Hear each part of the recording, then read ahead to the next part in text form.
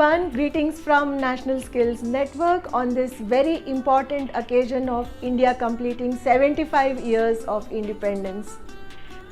And India has the advantage of demographic dividend.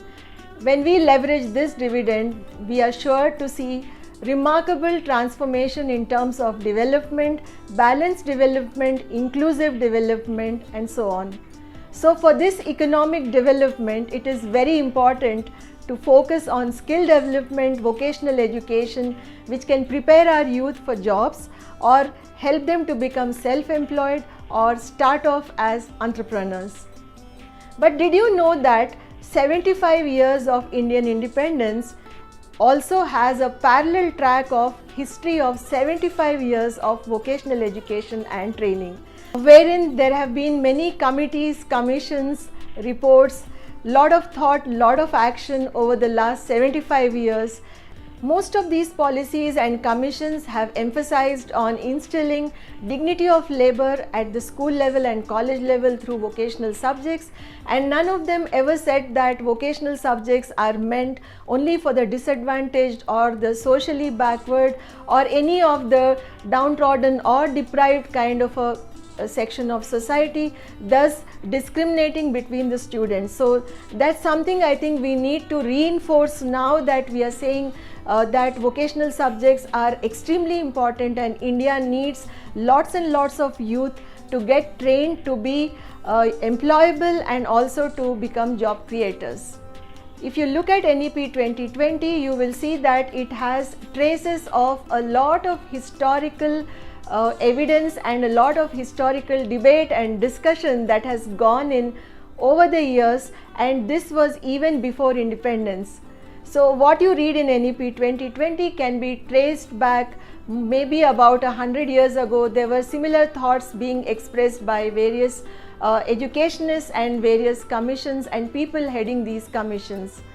So let's look at NEP 2020 from the historical perspective of 75 years and also a flashback into the major milestones that have been there over these 75 years and the important reports and the important commissions that had many recommendations which perhaps we missed, which perhaps we are going to implement now through NEP 2020, so that it's very exciting to look at these developments. And also the future is going to be, I'm sure, even more exciting because we are looking at transforming education in India with vocationalization, helping youth become employable and also launch themselves as job creators. So let's go ahead and look at this journey of 75 years of vocational education, skill development and technical training in India, which includes forming of ITIs, and introducing vocational subjects at the school level and many other things that came up during these 75 years.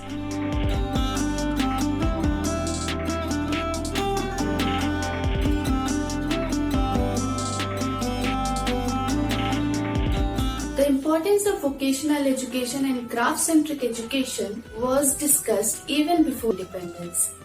However, after 1947, in the independent India, many commissions such as Radhakrishna Commission, Secondary Education Commission were formed to further emphasize the need for vocational education in the country. Let us now look at some of the highlights from the reports from 1947 to 1960.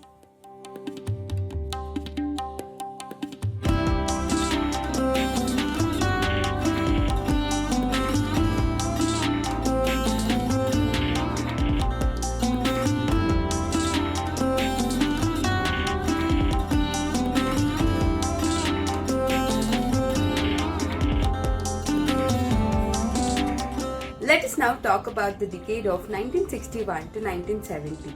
In 1960s, we were building on the philosophy of dignity of work, and this is the decade we started including vocational subjects in the school and college level.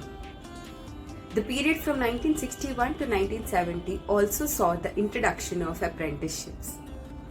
One of the most landmark reports in this decade was the Kothari Commission report, also called as Education Commission report. Kothari Commission submitted its report in the year 1966. The Commission recommended a comprehensive system of vocational education in relation to the development needs of the country. It emphasized on vocationalization of higher education by emphasizing on the need to bring education closer to productivity and work integrated learning. The Commission also recommended that there should be a great emphasis on subjects like agriculture and technological education right from the university level. Now let's go ahead and see some of the snippets from the Kothari Commission report.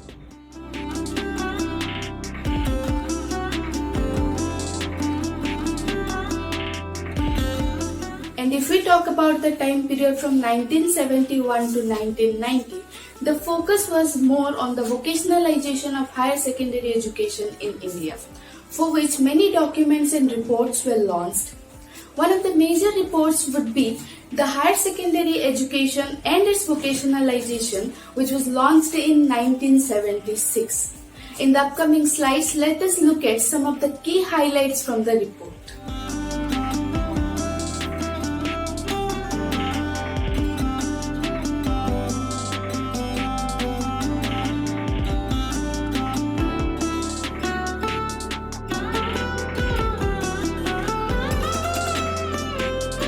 One of the major developments from 1991 to 2005 with reference to the vocational education was the National Curriculum Framework. The National Curriculum Framework was published in 2005 by NCERT. The National Curriculum Framework wanted to enable students to access sources of knowledge, interpret them, create knowledge rather than just being the passive users or listeners or receivers of the knowledge. The National Curriculum Framework emphasized on the need for work-integrated learning at all stages of the school education. It suggested that work-integrated learning should be part of school education at all levels and must be provided through well-graded and well-structured programs. The National Curriculum Framework also suggested that the competencies to be developed in this field must include knowledge, understanding, practical skills, and also the value-based life skills. So let us go ahead and know more about the National Curriculum Framework as we show you some snippets from the report.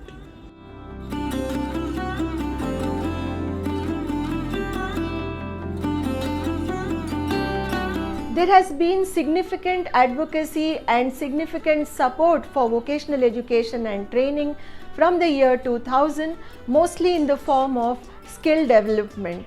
And if you look at the National Knowledge Commission, it even says that it's preferable to use the word skill development than vocational training, because vocational education and training has a certain negative connotation and a stigma attached to it. So it proposed that in terms of branding vocational education and training, it's preferable to use skill development.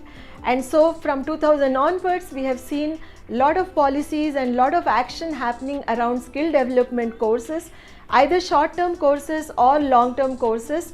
But then there is also a lot of emphasis on the real skill development policy, which we saw in 2009 and 2015. So it's important to look at these two policies. Of course, the Skill India mission and the National Skill Development Mission, all these missions are also talking about how to scale, how to sustain, and how to speed up all these initiatives that are going on, mostly because there is a need for India to reap the demographic dividend, and there is a timeline to it. So let's go ahead and see what are the developments from 2000 onwards in terms of major landmark decisions, policies and reports.